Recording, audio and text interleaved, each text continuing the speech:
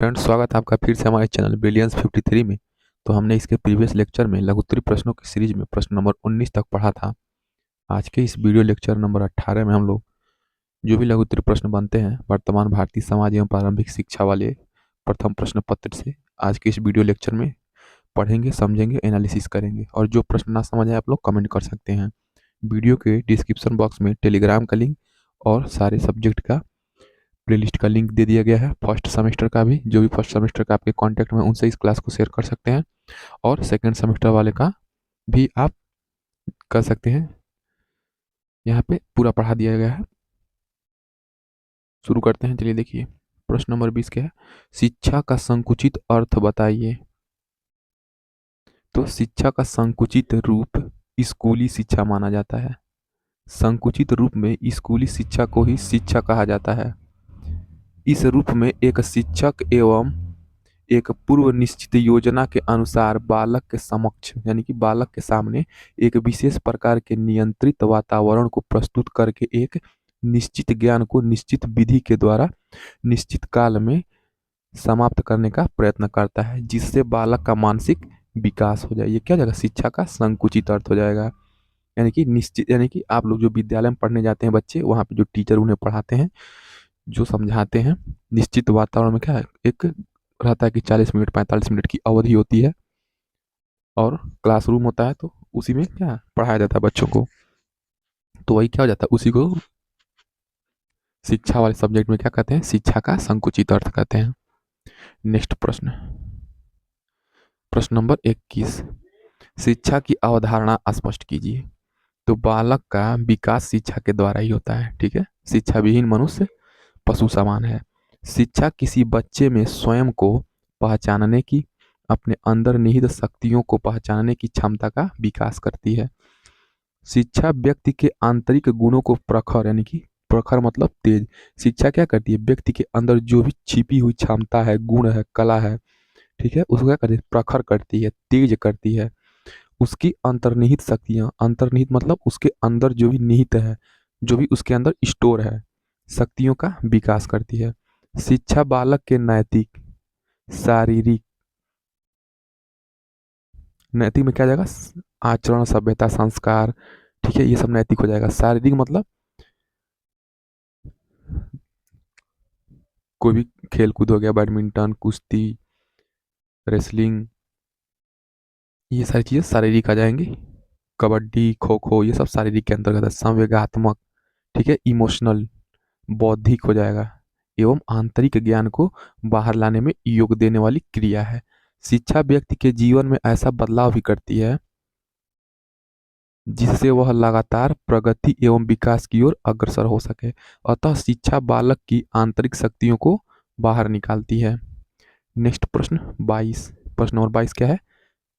जो भी second semester वाले हैं इस वीडियो को देख रहे हैं, वो अपने क्लासमेट प्रशिक्षु व्हाट्सएप ग्रुप में शेयर कर दें, ताकि उन्हें भी पता चल जाए यहाँ पे क्लास लिया जा रहा है।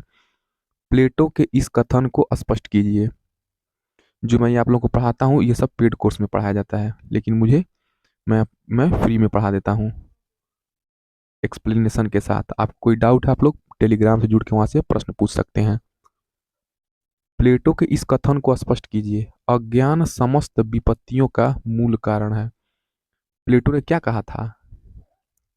सुकरात के शिष्य प्लेटो ने कहा था कि अज्ञान, यानी कि जिसके अंदर ज्ञान नहीं है, बुद्धि नहीं है, समस्त विपत्ति, जो भी विपत्ति उनके जीवन में आती है, उनका मूल कारण क्या है? अज्ञानता है, शिक्षा न होना, बुद्धि न होना।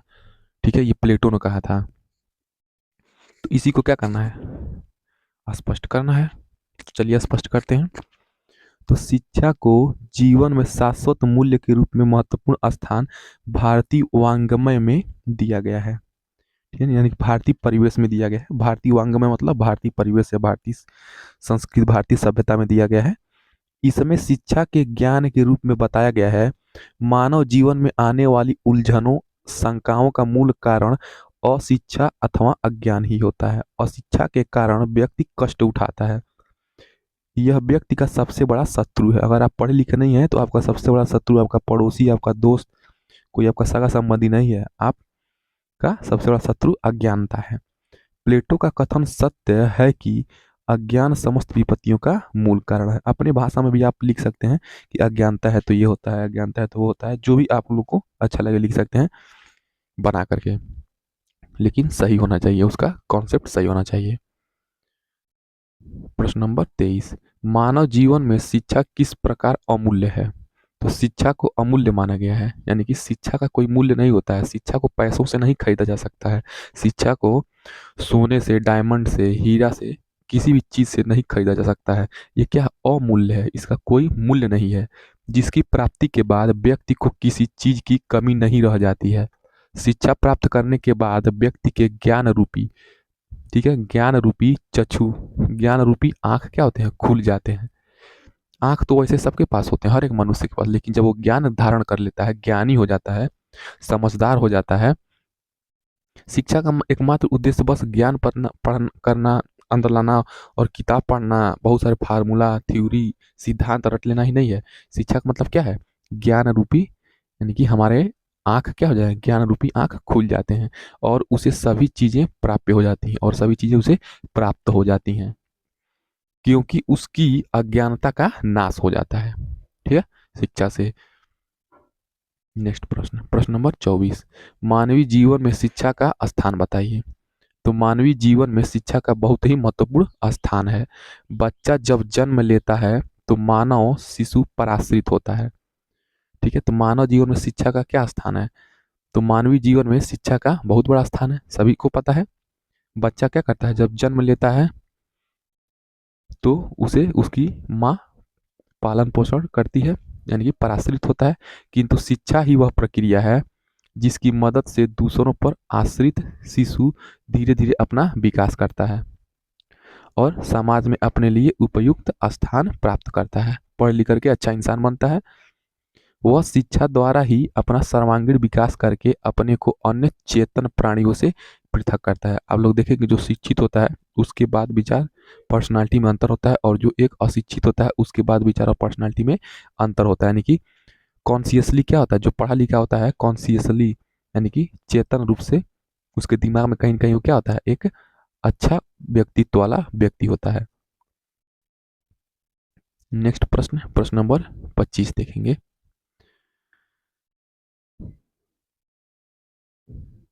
शिक्षा मानव जीवन के विकास की वह प्रक्रिया है जो शैशव से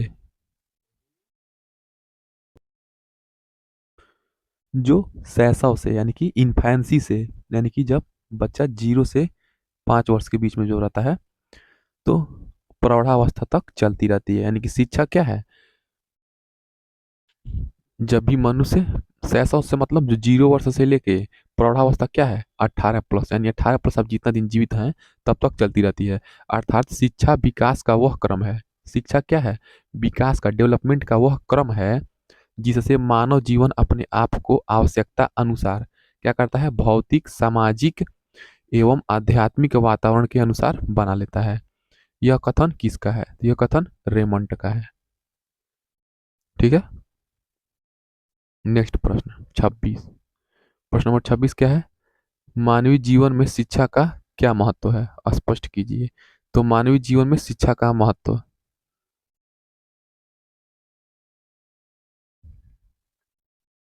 प्रश्न नंबर 26 क्या है, मानवीय जीवन में शिक्षा का क्या महत्व है, स्पष्ट कीजिए। तो मानवीय जीवन में शिक्षा का महत्व चलिए देखते हैं क्या है। मनुष्य के जीवन में शिक्षा की क्या महत्वपूर्ण, क्या जरूरत है, पढ़ने लिखने की क्या जरूरत है? तो शिक्षा मानवीय जीवन का आधार है। ठीक है, शिक्षा ही किसी व्यक्ति को पशु से अलग करती है। व्यक्ति को जन्म से लेकर मृत्यु पर्यंत शिक्षा ही की जरूरत रहती है।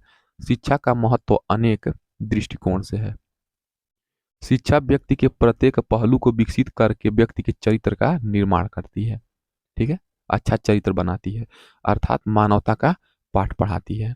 इसका कार्यक्षेत्र इतना व्यापक है, इतना बड़ा है, इतना ब्रॉड है कि इसके अंतर्गत आप शिक्षा का कार्यक्षेत्र क्यों बड़ा है, एक एनजीओ भी शिक्षा के माध्यम से ही चलता है, विद्यालय भी, कोई संस्था भी, कोई धर्म भी, क्या है, सब शिक्षा के माध्यम से ही चल रहा है। इसके अंतर्गत वे यानी कि शिक्षा का क्षेत्र क्या है, व्यापक है। यह किसी जाति, धर्म या किसी देश या किसी सीमा को मोहताज नहीं है शिक्षा। ठीक है, इसका क्षेत्र बहुत बड़ा है। अंतर्गत वे समस्त कार्य आ जाते हैं जिनको पूरा करने से व्यक्ति अपने जीवन को सुखी तथा सफल बनाने बनाते हुए सामाजिक कार्यों को उचित समय पर पूर्ण करने के योग्य बन जाता है। शिक्षा ही मानव को मानव बनाती है, व्यक्ति को अधिकार और अपने दायित्वों का ज्ञान कराती है। अगर आप ज़्यादा पढ़ लिख लेंगे तो आप अपने अधिकार की मांग करेंगे। ठीक है, आपके क्या अधिकार हैं, क्या आपके कर्तव्य है, क्या आपके वैल्यू हैं। प्रश्न नंबर 27, शिक्षा के सामान्य उद्देश्य बताइए। तो शिक्षा मानव के सर्वांगीण विकास के लिए महत्वपूर्ण मानी जाती है। शिक्षा के सामान्य उद्देश्य निम्नलिखित हैं। तो देखिए, शिक्षा के सामान्य उद्देश्य: अवकाश के सदुपयोग का उद्देश्य, आत्मानुभूति का उद्देश्य, ठीक है, अवकाश के सदुपयोग का उद्देश्य, यानी कि अगर आपको छुट्टी मिला है हफ्ते में एक दिन, चाहे मान लीजिए किसी भी क्षेत्र में आप शिक्षा से जुड़े हुए हैं, आपको छुट्टी मिलता है तो आप क्या करेंगे, उसका दुरुपयोग नहीं करेंगे, उसका सदुपयोग करेंगे, कुछ क्रिएटिव चीज़ों को सीखेंगे, कुछ कार्य करेंगे जिससे देश, समाज और परिवार का विकास हो। आत्मानुभूति का उद्देश्य, यानी कि शिक्षा आप ग्रहण करते हैं तो आप अपने मन को शांत रखने के लिए कोशिश करेंगे। आत्मानुभूति का उद्देश्य होता है। आत्माभिव्यक्ति का उद्देश्य, यानी कि आपके मन में, आत्मा में आपके क्या विचार चल रहे हैं, आप कैसा महसूस कर रहे हैं, ये आप सब आत्माभिव्यक्ति के अंतर्गत आ जाएगा। ये भी क्या है, शिक्षा का ही तो उद्देश्य है, नागरिकता का उद्देश्य है। पूर्णतामय जीवन का उद्देश्य क्या है, पूर्णतामय जीवन का उद्देश्य है। संतुलित विकास का उद्देश्य है। आध्यात्मिक विकास का उद्देश्य है। चरित्र निर्माण एवं विकास का उद्देश्य है। जीविकोपार्जन का उद्देश्य है। ज्ञान संबंधी उद्देश्य है। शारीरिक विकास का उद्देश्य है। सांस्कृतिक विकास का उद्देश्य है। ये सब क्या हो जाएंगे, शिक्षा के समान उद्देश्य हो जाएंगे। नेक्स्ट प्रश्न नंबर 28, व्यक्ति के जीवन में चरित्र का क्या महत्व है। तो चरित्र का क्या महत्व है, व्यक्ति के जीवन में चरित्र का बहुत महत्व होता है। चरित्रवान व्यक्ति को सभी जगह सम्मान प्राप्त होता है। ठीक है, संस्कृत में श्लोक भी है इसको लेके कि जब धन जाती है, लक्ष्मी आती है जाती है तो उससे कुछ नहीं प्रभाव पड़ता है, स्वास्थ्य भी जाता है तो थोड़ा सा आपको हानि होती है, प्रभाव पड़ता है, लेकिन जब आपका चरित्र जाता है तो आपका संपूर्ण व्यक्तित्व नष्ट हो जाता है। ऐसा माना जाता है कि धन की हानि तो कोई भी हानि नहीं है, और यदि चरित्र की हानि है तो मानो सभी कुछ नष्ट हो गया है। भारतीय संस्कृति में चरित्र को विशेष महत्व दिया जाता है। ठीक है, भारतीय संस्कृति में क्या है, चरित्र को विशेष महत्व दिया जाता है। अतः व्यक्ति के चरित्र के निर्माण में शिक्षा सर्वाधिक योगदान देती है। मानव को मानव बनकर रहना सिखाना शिक्षा का परम लक्ष्य है। ठीक है, यदि व्यक्ति का चरित्र ऊंचा है तो वह सामाजिक एवं राष्ट्रीय स्तर को उच्चता के शिखर पर पहुंचा देगा। ये आप लोग बना के लिख सकते हैं कि अच्छा चरित्रवान व्यक्ति क्या क्या कर सकता है समाज के लिए, परिवार के लिए, देश के लिए, खुद के लिए, अपने छोटे बच्चों के लिए, अपने छोटों को क्या सिखा सकता है, ये लिख सकते हैं। प्रश्न नंबर 29, शिक्षा के जीविकोपार्जन के उद्देश्य से आप क्या समझते हैं। यानी कि आप शिक्षा ग्रहण करके आप अपना इनकम जनरेट करके आप क्या कर सकते हैं, कमा सकते हैं, घर परिवार चला सकते हैं, खुद का भी लाइफ स्टाइल चेंज कर सकते हैं, यही लिखना है इसमें। तो जीवन जीने के लिए धन की आवश्यकता होती है और धन की प्राप्ति हमें किसी कार्य को करने से होती है। आत्मसम्मान को बनाए रखने के लिए भी यह जरूरी है कि व्यक्ति अपनी जीविका का उपार्जन कर सकने में सक्षम हो। यदि व्यक्ति का घर, परिवार तथा समाज में सम्मान पाना चाहता है तो जीविका कमाना जरूरी होता है, अन्यथा वह समाज पर एक बोझ बनकर रह जाता है, यानी कि बेरोजगार रह के बन जाता है। बेरोजगार रहता है तो इसे बोझ माना जाता है और राष्ट्र के लिए भी किसी काम का नहीं होता है, क्योंकि राष्ट्र की उन्नति में उसका कोई योगदान नहीं होता है। शिक्षा ही एक ऐसा माध्यम है जो बालकों की व्यावसायिक रुचियों का विकास करके उस पर उचित दिशा का पथ प्रदर्शन कर सकती है। बहुत लोग कहते हैं हम पढ़ेंगे नहीं, बिजनेस करेंगे। बिना पढ़े बिजनेस आप लोग करेंगे तो बकलोल रहेंगे। शिक्षा ही बालक को आत्मनिर्भर बनाने में मदद करती है, जिससे वह व्यावसायिक क्षेत्र में संतोषजनक उन्नति करता है और अपने क्रियाकलापों से समाज एवं राष्ट्र को उन्नतिशील बनाता है। इस प्रकार शिक्षा के जीविकोपार्जन के उद्देश्य था। प्रश्न नंबर 30 देखिए, शिक्षा के उद्देश्यों में सांस्कृतिक विकास के उद्देश्य का स्थान क्या है। तो शिक्षा के आधार पर किसी देश की संस्कृति का विकास संभव है। यानी कि शिक्षा के उद्देश्यों में संस्कृति भी, जो हम लोग पढ़े थे ना, शिक्षा के सामान्य उद्देश्य, उसी में से ये पूछा है कि शिक्षा के सामान्य उद्देश्य में सांस्कृतिक विकास के उद्देश्य बताइए, यानी कि कल्चरल डेवलपमेंट जो हमारे देश में होता है जो भी शिक्षा की वजह से, उसके बारे में क्या आप सोचते हैं, आप क्या थॉट रखते हैं। तो शिक्षा के माध्यम से संस्कृति एक पीढ़ी से दूसरी पीढ़ी में हस्तांतरित या ट्रांसफर होती रहती है। संस्कृति मानव जीवन की प्रारंभिक वस्तु है जिसमें ज्ञान होती है, विश्वास होती है, कला, नैतिकता, प्रथा तथा अन्य योग्यताएं और आदतें शामिल हैं जिनको मनुष्य समाज के सदस्य के रूप में प्राप्त करता है। अतः संस्कृति के माध्यम से ही व्यक्ति का सांस्कृतिक विकास होता है। इस प्रकार हम लोग 10 प्रश्न पढ़ लिए। चलिए कुछ प्रश्न और पढ़ते हैं, प्रैक्टिस करते हैं। देखिए प्रश्न नंबर 31 देखिए, जो विद्वान व्यक्ति को समाज के ऊपर स्थान देते हैं उनको स्मरण रखना चाहिए कि निःसमाज व्यक्ति कोरी कल्पना है, यानी कि जिसके अंदर सामाजिकता का गुण नहीं है, सामाजिक नहीं है, वो क्या है, कोरी कल्पना है। अतः शिक्षा का उद्देश्य व्यक्तिगत चरित्र गठन के साथ साथ बालक की सच्चा सामाजिक प्राणी तथा नागरिक बनाना है। यह कथन किसका है, यह कथन रेमंड का है।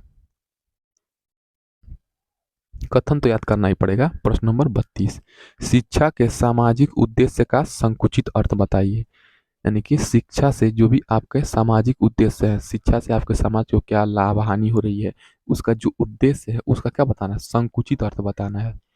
तो शिक्षा के सामाजिक उद्देश्य का संकुचित अर्थ यह है कि राष्ट्र स्वयं ही शिक्षा की एक सुनिश्चित प्रणाली बनाकर लागू करता है।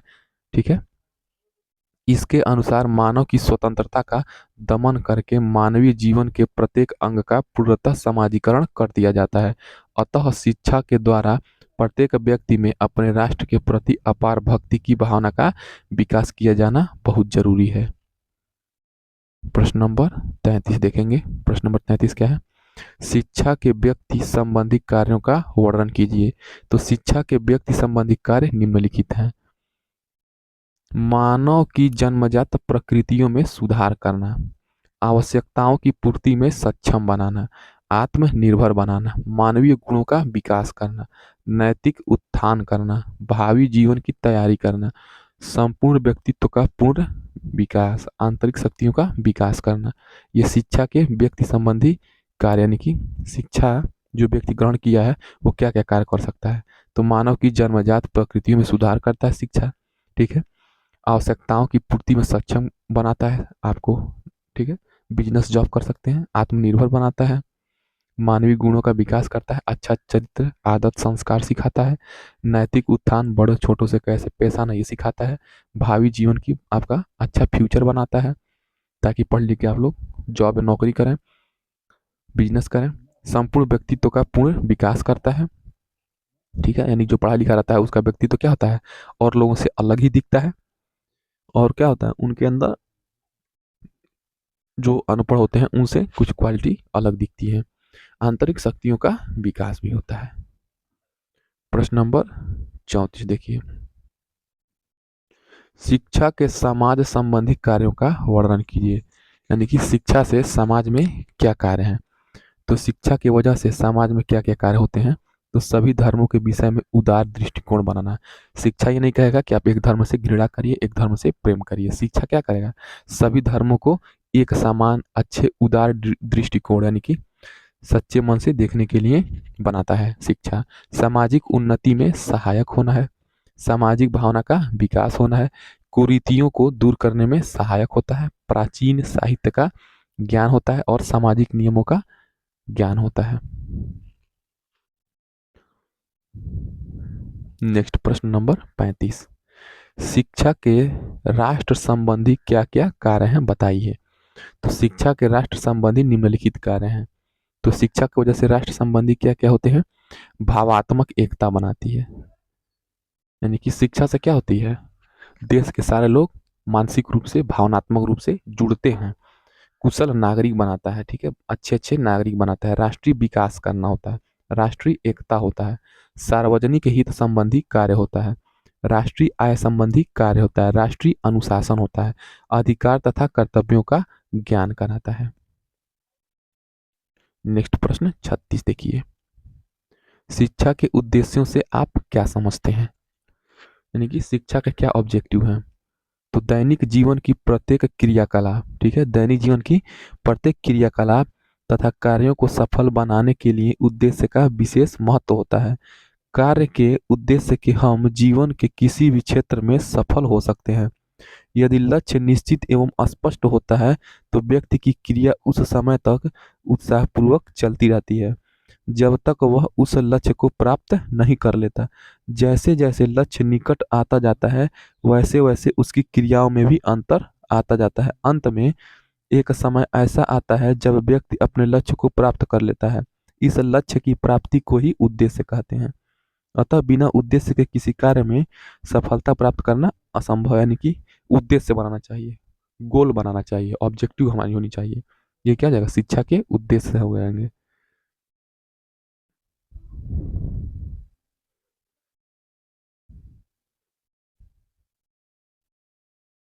हम लोगों ने प्रश्न नंबर 36 तक पढ़ लिया है। जो भी नेक्स्ट प्रश्न हम लोग नेक्स्ट वीडियो से पढ़ेंगे, टेलीग्राम से जुड़ जाइए, डिस्क्रिप्शन बॉक्स में लिंक है सारा। और भी वीडियोज़ हैं, जाके आप लोग लघुत्तरी, अति लघुत्तरी, बहुविकल्पी प्रश्नों को देखिए और पढ़िए।